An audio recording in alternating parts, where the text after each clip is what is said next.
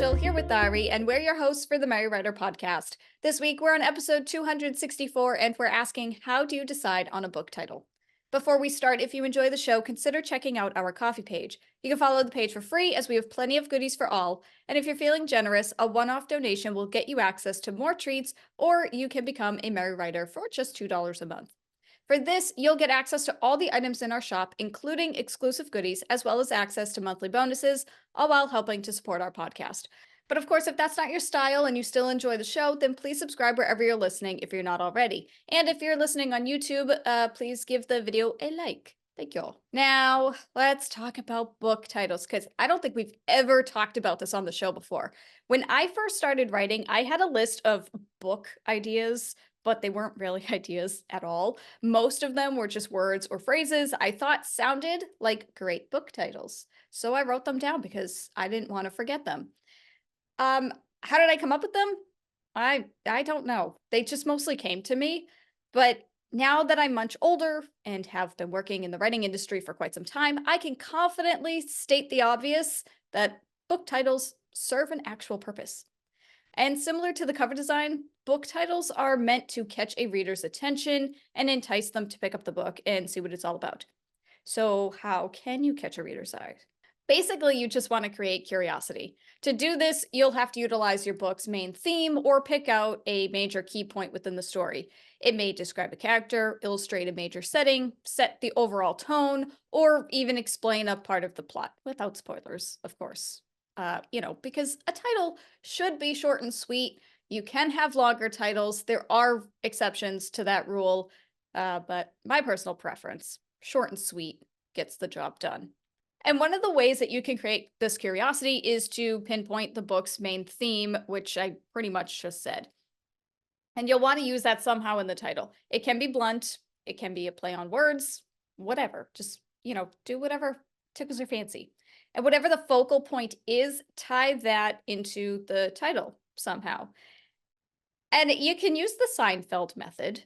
If you know what Seinfeld is, it's a late 80s, early 90s sitcom. And I know Seinfeld wasn't the first to use these types of titles, but I don't really know what else to call it. I just call it the Seinfeld method. Just bear with me. And examples of this include episodes such as The Parking Garage, The Chinese Theater, The Red Dot, etc. Each episode title picks one plot point from the episode that affects every character in some way and comes up as a talking point in most scenes. The Parking Garage episode is kind of a weird example because that episode, it's more or less like a locked room type episode.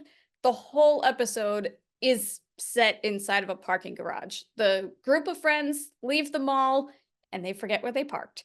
And they spend the entire episode looking for their car and they split up, and then somebody finds the car, but the others aren't there. So now they got to wait for their friends to find the car. And it ends up being this huge mess. And again, it was late 80s, early 90s, so cell phones didn't exist. It's a pretty solid episode. Seinfeld's a good show if you haven't seen it. So you can do something as simple as that. Just put "the" in front of whatever the main theme is or the main focal point, plot point, whatever, and just roll with it. And that's kind of what I did for my detective fiction series, George Florence. The titles of those books are "the" whatever, like the first book is called The Perfect Alibi. Book 2 has the title of The Anonymous Tip.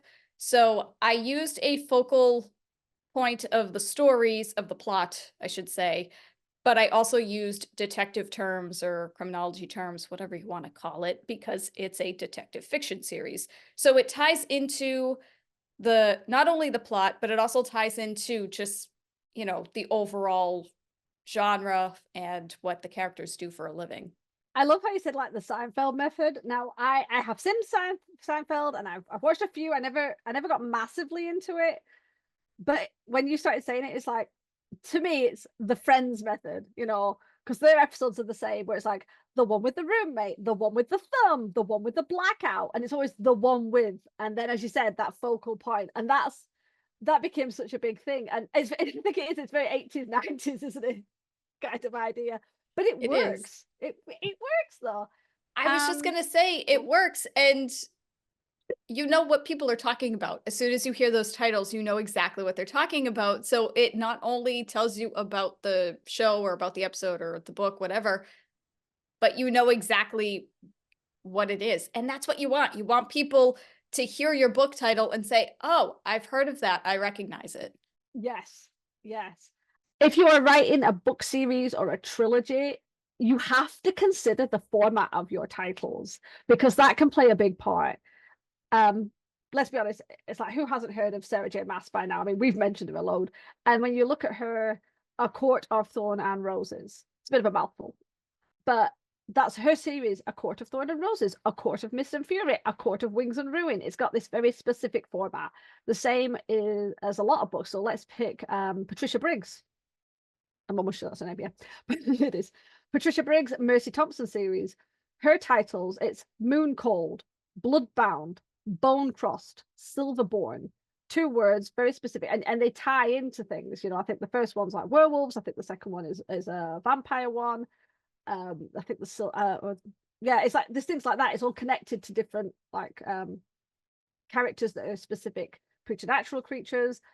And it just, you have that nice feel. And I'll be honest, I have read books where like the first 2 or 3 books have this nice format and then they've changed it. And I don't know why, it's so jarring. And it's such a silly thing when the title just doesn't fit with the rest of the titles.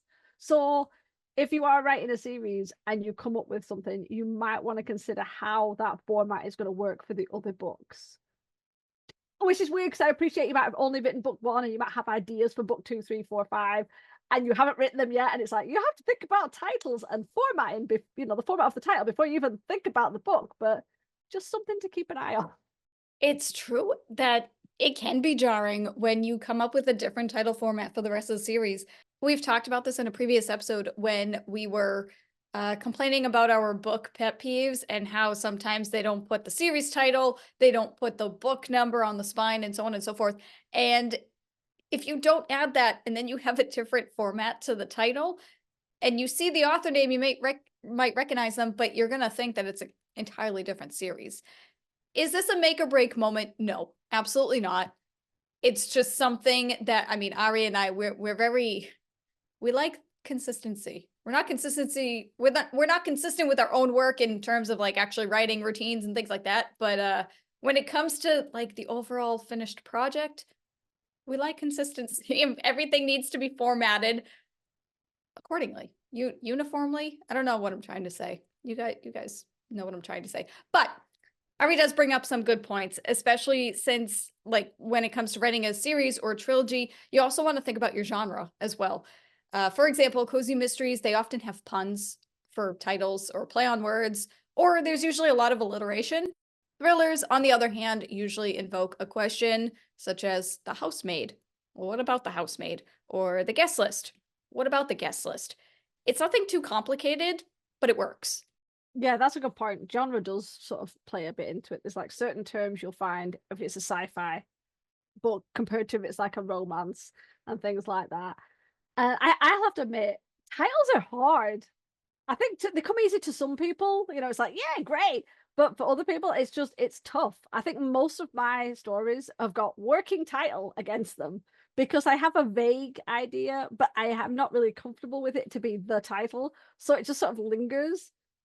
And honestly, if you're still struggling, like the ideas that Rachel has pitched are perfect. If you're still struggling, ask for help. Use a critique partner or a beta reader, or go online on Instagram and say, you know, these are my themes, these are my genres. You know, what ideas could you have? Or here's some ideas, because let's be honest, sometimes you can have too many ideas and you don't know how to narrow it down because some, you know, especially if you go like, oh, 3 or 4 of them and they're all brilliant. So ask other people because you might find that everyone's like, actually, this one really works. This is the one that grabs me. I want to know more. Whereas others are like, nah, I didn't really like that. And this might just be personal. This might be personal. I think sometimes it has to sound good. Does that make sense? I'm not saying it has to roll off the tongue. I'm not saying it has to be like short and sweet. Like I've said, A Court of Thorn and Roses. It's a longer title, but there's a lyricalness to it. You know, there's a rhythm to it. I think you have to think about things like that. It can't be awkward. It needs to be flowing in some way. And again, this is probably just my personal opinion. where something a bit like, oh, it's awkward to say, it doesn't flow. You like if you turn certain things around, like I'm gonna kind of drift a little bit. If you think about like TikTok, right? Just the word TikTok. Talk tick doesn't work as well. Talk, it just feels awkward. Same two words just flipped. Talk tick. No, doesn't work. TikTok, it works. So sometimes you might want to think about how nicely it flows. That is definitely just me being weird, isn't it? Yeah. No, no, no, no, no. It's not. It's so true. You do want it to roll off the tongue and sound like it belongs because how many times, and we've all done this, I think Ari and I have even done it on the podcast numerous times. How many times do you recommend a book to someone and you say, I can't remember the title, but it's by this person? It happens to all of us. And it doesn't matter how much you like the book or how interesting it sounds to you before you start reading it. If the title just doesn't jump off the page and grab you, or it just sounds odd, then I mean, I don't know. As I said earlier, book titles do have a purpose and they're supposed to grab the reader. One of the first things that they notice is the book cover design, but the title is right there front and center. And it's like, hey, this is a story about, I don't know, something. It's about something. That's the title right there. The book about something. I wonder if that's actually a thing. I'll have to look that up later and see if it's an actual book title. But you catch my drift. You look at the book cover and you say, "Oh wow, this is really pretty. It grabbed my attention. Here's the title. Oh, so they're going on an adventure somewhere," as you know, pretty much all books do. Sorry, this is a real piss poor example. But it's the cover and the title are supposed to work well together with the story. But the readers don't know that yet because they haven't read the story yet, which is why the cover and the title are supposed to help guide them. Hey, open the book and start thumbing through the pages and see what sort of adventures you can go on with these characters. That is it exactly. I do remember being asked to read an ARC book once years ago when I first got onto social media, because I came late to social media because it's crap. But I did get reached out to by I did get someone reaching out to me saying, "Oh, would you ARC read this book?" And it turned out to be a did not finish because it just didn't work for me. Unfortunately, it was a mistake because they did that whole "it's for everybody." No, it's not. It really isn't. And I remember when they started telling me a bit about it, it was kind of like, "Oh, that doesn't sound too bad." And then I saw the cover and I wasn't massively impressed. And then the title, it was proper like, huh? I don't even know what that means. And obviously, you know, you might not. There's obviously some terminology that might be in it that you're not really sure what it's talking about. But I'd already felt a bit like, nah, this isn't gonna. I'm not pulled in. Obviously, I still gave it a good try. Couldn't get past like 4 chapters. Just wasn't for me, unfortunately. I think it would have worked better for someone younger. Um, but I was surprised how the title with the cover not grabbing me did make it harder to start the book. And yes, there's obviously a little bit of bias when it's like once you've already like, because then you already feel like it's a bit of a chore, which is bad. But yeah, it's like there has to be something to the title that makes you a little bit curious, you know. So yeah, it might not be as important as the book cover, but I think it's pretty important. It is important because how else are people going to look up the book? Too, you can't really look up a book by the book cover. You have to type in the title. I mean, you can obviously type in the author's name as well, but that's actually another thing is that how often do you forget the author's name, but you remember the book title name? Or you just go to the bookstore and say, "Hey, I'm looking for a new release. It has a blue cover." Can't remember the title or the author. Or if you know the title format, you can have an idea of which one. I mean, I will always love the Dorinda Jones Charlie Davidson series because it starts with like, I'm probably gonna get this wrong, first grave on the right, second grave on the left, third grave straight ahead. And it gave you the number of the book in the title, you know, fourth grave without a body. I don't even know if that one's right, but one of them is like that. But so the number of the book was however many graves it was, but it also gave this thing, and it just works really well. And it's like you can have that nice play with the title. I actually really enjoy those types of book covers where they tie in not just something about the plot and the content of the story itself, but they also tie in the fact that, like, yes, this is a book. And you could just, I don't know. I like it. You can have a lot of fun with titles. It just takes a lot of brain power, but it's not, it's not scary or anything. And you don't have to come up with a book title right away. You can write your whole story. I didn't think of The Perfect Alibi until, like, I don't know, 12 drafts into my book. And because I didn't know what to title it. How to I didn't know what theme to use for the titles is what I'm trying to say. And you don't have to come up with it right away. Sometimes it'll just come to you before you start writing. Sometimes it'll come to you during the writing process. Sometimes you really gotta, search deep in your brain and it'll eventually poke its head out. But yeah, I mean, titles, it's not rocket science, but it kind of is at the same time. But I think it's one of the hardest things actually, because it's so important. So it's kind of, I think that's why I always like the idea of like asking for help for it, because what you think is great could be just tripe. So I think people should ask for help and for others' opinions on the title. It's the same thing about if you're asking for an opinion on what the book cover should look like, or obviously when you ask beta readers for their opinion on your book as you write it. I mean, it all ties in together. And I know this episode was kind of short because there's really not too much you could talk about when it comes to book titles, because ultimately you'll come up with a title that best suits your book.